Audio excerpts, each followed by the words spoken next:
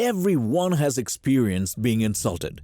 We could go on and on about how your ego is what is adversely affected and how you must focus on isolation from ego to avoid hurt. But that is a difficult, time-consuming process. But don't worry, we are here to fix this today. Hey guys, welcome back to our channel. Thank you for joining us.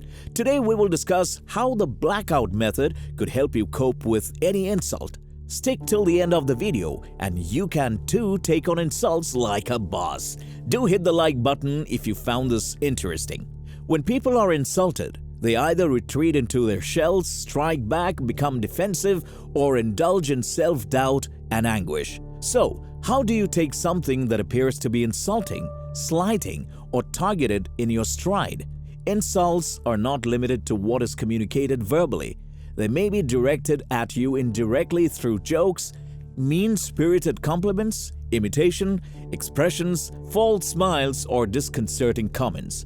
The big question is, what will you do about it? Let's be honest, no matter who you are, you would be offended by the comments of others at some point.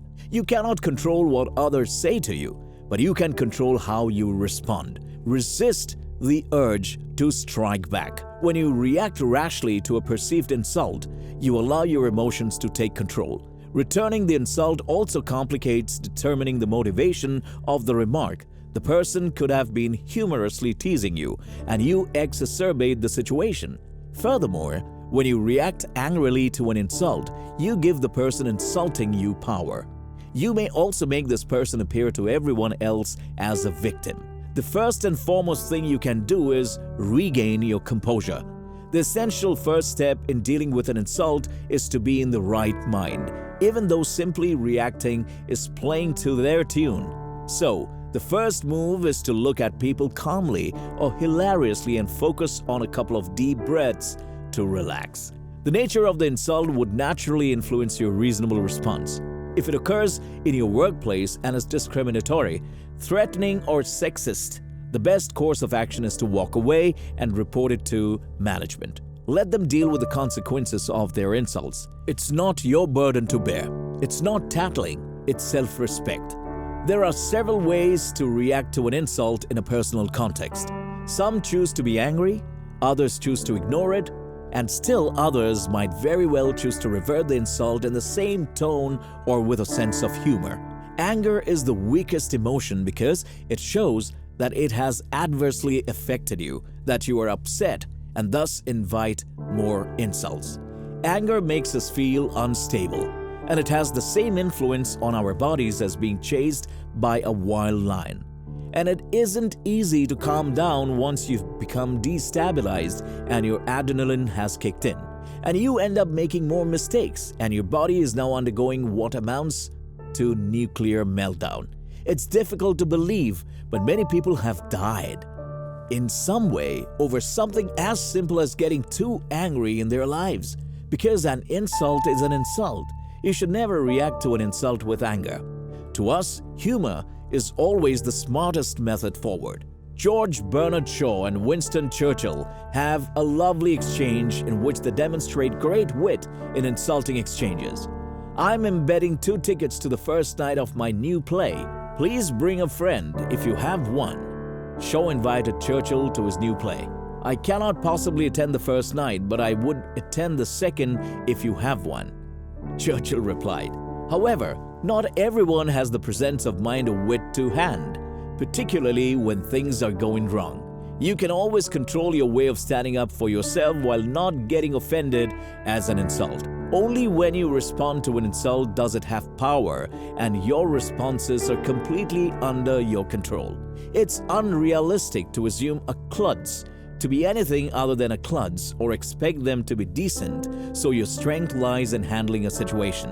An offense committed by you is your fault, and you are solely responsible. Choose dignity, humor, empathy, or a victorious affirmation. Whatever you choose, make it something that would make you feel good about yourself long after the deed is done. The second possible response to any insult. It also tends to happen to be among the most effective methods, and it is known as deflection. Humor is an excellent way to deflect attention. Many of the world's most charming men are incredibly skilled at deflecting insults with humor. And the reason this is just an appropriate approach is that it effectively neutralizes the insult. Because it does not involve anger, deflecting an insult with humor works well. Suppose you play your cards correctly. It can do more than neutralize the insult, but in reality, make it something that makes everyone around you laugh and have a fine experience. One disadvantage of responding with humor, or self-depreciation as they call it, is that your response must be both funny and well-timed. Alternatively, it will simply not work. If you use humor to deflect an insult and your immediate reaction is too slow, doesn't make sense, or isn't funny, you are not going to get the reaction you are hoping for from those around you. Even so, deflecting with humor is still preferable to expressing anger. The third, and paradoxically often the best way to respond to an insult, and the most intelligent approach, is to ignore the insult completely. If you are not much of a joker, or if you come up with snarky comebacks hours later, you could choose to ignore the remark. Ignoring an insult, whether lighthearted or malicious, gives you a lot of power. It's the equivalent of saying to the person, "I don't think that comment is worthy of my reaction." You would indeed ignore an insult if you thought it was minor. Crude and offensive remarks should not be considered acceptable, so you should speak up if someone does it repeatedly. To comprehend why this is the most influential response, understanding that one person is beneficial, little children can insult another person in a truly intended way to harm another person, and men of higher caliber can detect when low-quality men are threatened and feel compelled to insult them. The majority of true insults come from uncertain people, and the insults reveal much more about this person than they reveal about you. It's as if you're a parent and a little kid is attempting to insult you, or a guy from inside the stadium is attempting to hit you with a baseball.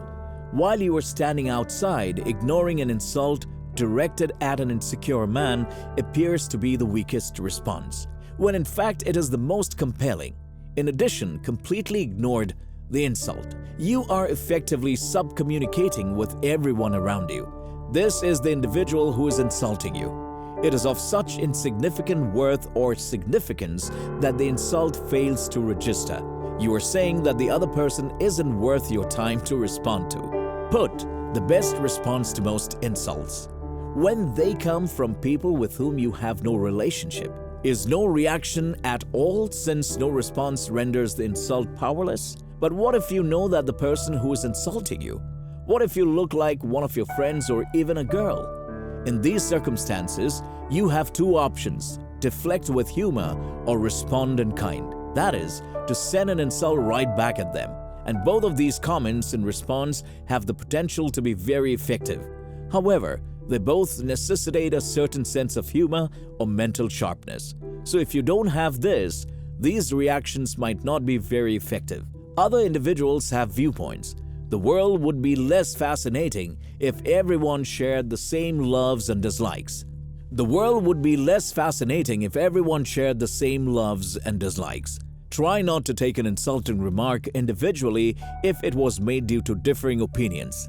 Respecting others' opinions does not preclude you from being true to your own. It simply means acknowledging that others see your work through distorted perspectives than you do. To contextualize the remark and address it as the other person's opinion, consider how other people would oppositely describe you.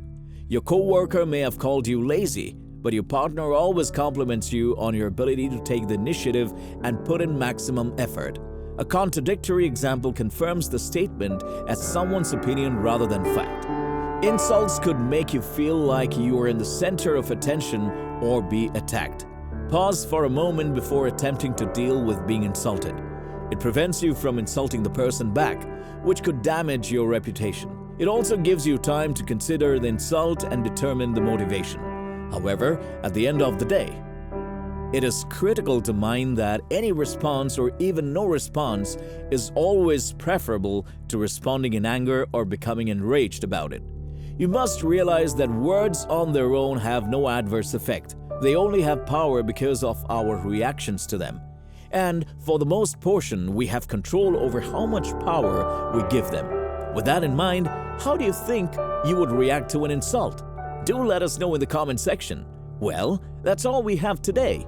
If you've enjoyed today's video, don't forget to like, share, and subscribe.